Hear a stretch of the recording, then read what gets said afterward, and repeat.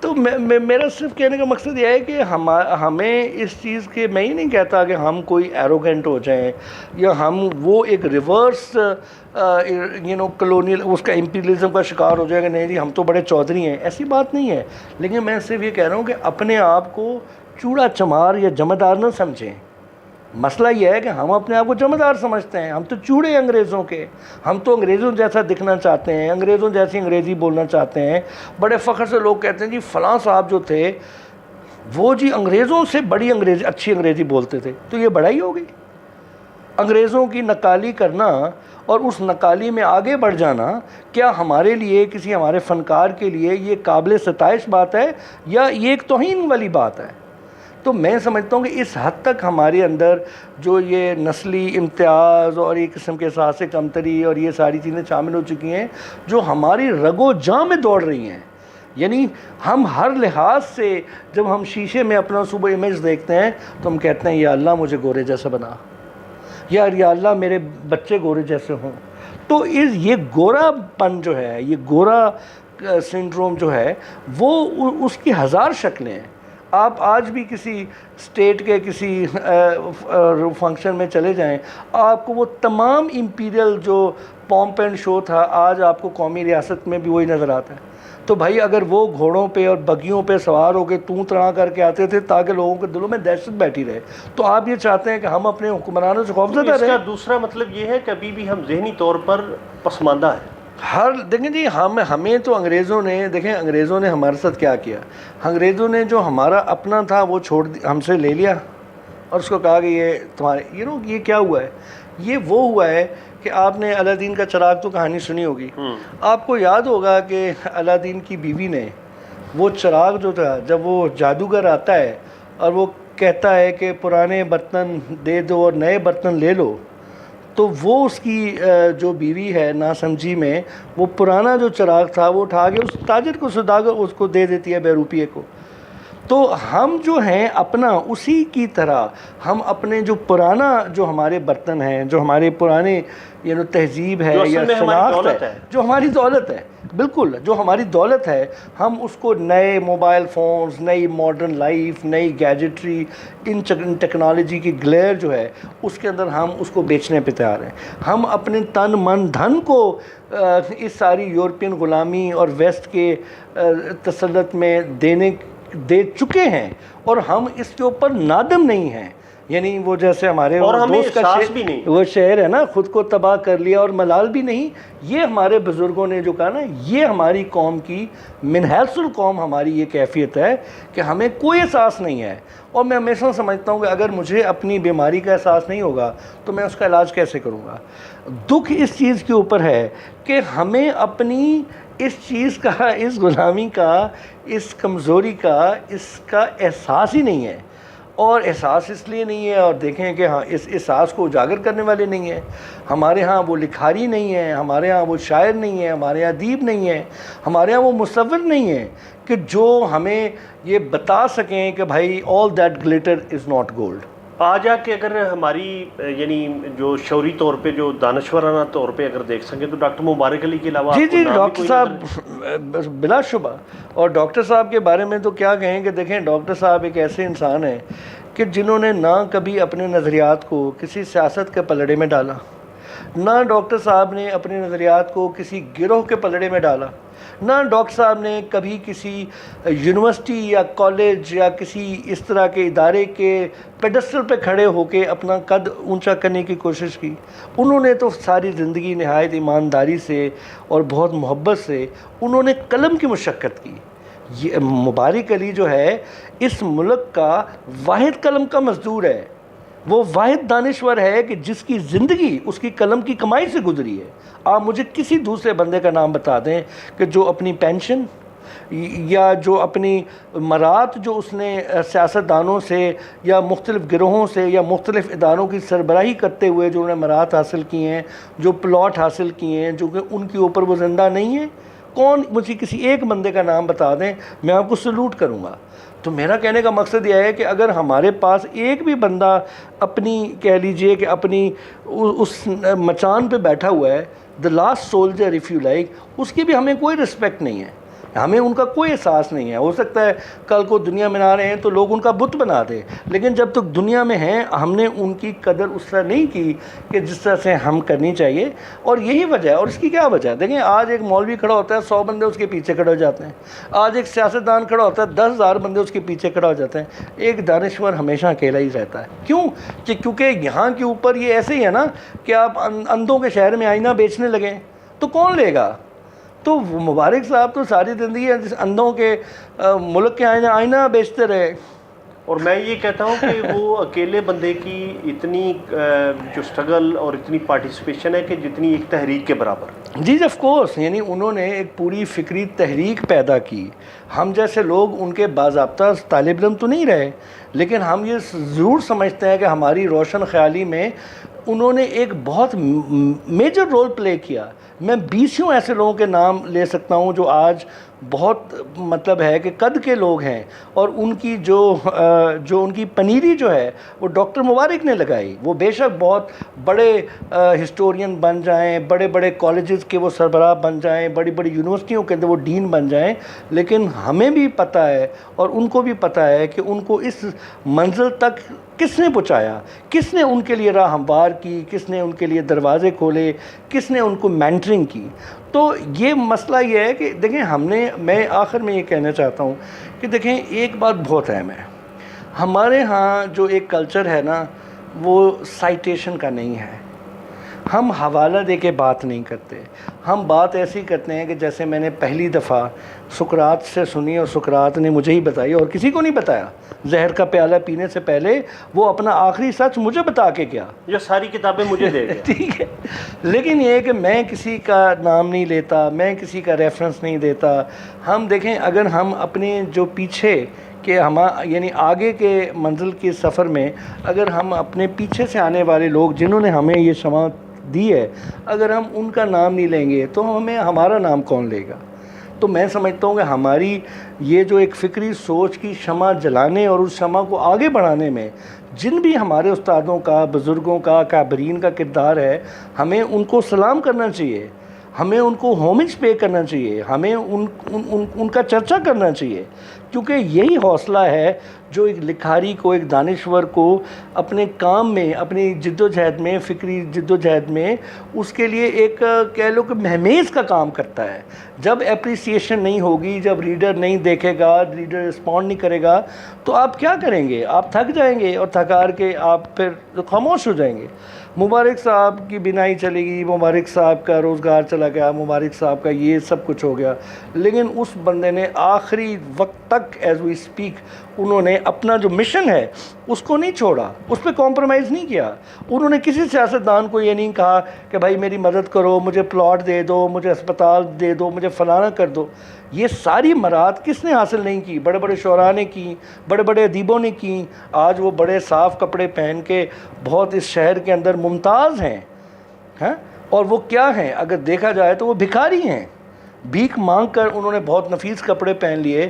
اور اس طرح کے لکھنے والے جو کلندر ہیں, جنہوں نے ساری زندگی ایک کلندرانہ مزاج سے گزاری, کسی سیاسی اس سے انہوں نے مراحت حاصل نہیں کی, اور مراحت یافتہ طبقہ جو ہے ان کو تحقیر کی نگاہ سے دیکھتا ہے کہ یہ تو لوزر ہیں. تو اگر آپ بڑی بڑی گاڑیوں میں, بڑے بڑے بنگلوں میں نہیں رہتے تو آپ لوزر ہیں. مجھے یاد ہے ایک دفعہ انڈیا میں ہم گئے تو وہاں پہ کچھ دوستوں نے ایک بڑی انٹرسٹنگ بات کی. غالباً پروفیسر عرفان حبیب نے یہ کہا, انہوں نے کہا کہ بلکہ وہ واقعہ میں یاد آپ کو سنا دوں کہ شبنم ہاشمی جو دلی کی بڑی ایکٹیوسٹ ہیں, تو انہوں نے ان کا سہمت نام کا ان کا ایک ادارہ تھا جو ابھی بھی چل رہا ہے, تو اس کے انہوں نے اپنے گھر کے گراج میں اس کا دفتر بنایا ہوا تھا. اور اس میں ہم لوگ بھی جب انڈیا گئے گڈ اولڈ ڈیز میں, تو وہاں کے اوپر ان کے ساتھ نشست ہوئی, تو ہم بیٹھے تھے, تو میں نے ایسے دیکھا کہ سامنے سڑک سے ایک بندہ جو ہے اس نے سردیوں کے موسم تھا, بڑا موٹا سا کوٹ پہنا ہوا ہے, ٹوپی پہنی ہے, اور سائیکل چلاتا ہوا آ رہا ہے. اور جب وہ آ کر انہوں نے سائیکل کھڑی کی, جب اندر آئے تو جب تعارف ہوا تو وہ پروفیسر عرفان حبیب تھے. ٹھیک ہے, اور آپ دیکھیے کہ وہ اگر آپ جو لوگ نہیں جانتے وہ ذرا دیکھیں جانے کہ وہ کون شخصیت ہے, کتنے بڑے ہندوستان کے وہ مورخ. اور وہ کہنے لگے, گفتگو جب ہوئی اس سے بے تکلفی ہوگی تھوڑی سی, تو انہوں نے کہا کہ کچھ 20 سال پرانی بات ہے کہ ہندوستان کے اندر کسی بھی پروفیسر کے لیے 4 ویلر افورڈ کرنا is impossible. تو ہمیں اپنی جو ایک فروگل ویلیوز ہیں ان پہ ہمیں بڑا فخر ہے. ہم اس سے کوئی انہوں نے کہا لیکن ہم نے سنا ہے کہ پاکستان میں آپ دانشور تب ہو سکتے ہیں جب آپ دولت مند ہوں. اب آپ یہ ایک بہت بڑا ایک کہہ لیے کہ میرے لیے شوق تھا. یہ گالی ہے کہ دیکھیے نا, اس کا مطلب یہ ہے کہ ہم اپنے نظریات کی قیمت لگاتے ہیں اور ہم اپنے نظریات کا پرچار کر کے وہ قیمت وصول کرنا چاہتے ہیں. ہم اپنے نظریات کی سچائی اور حقانیت کی وجہ سے ان نظریات کا پرچار نہیں کر رہے, بلکہ ہم اس کے دام کے لیے اس کا پرچار کر رہے ہیں.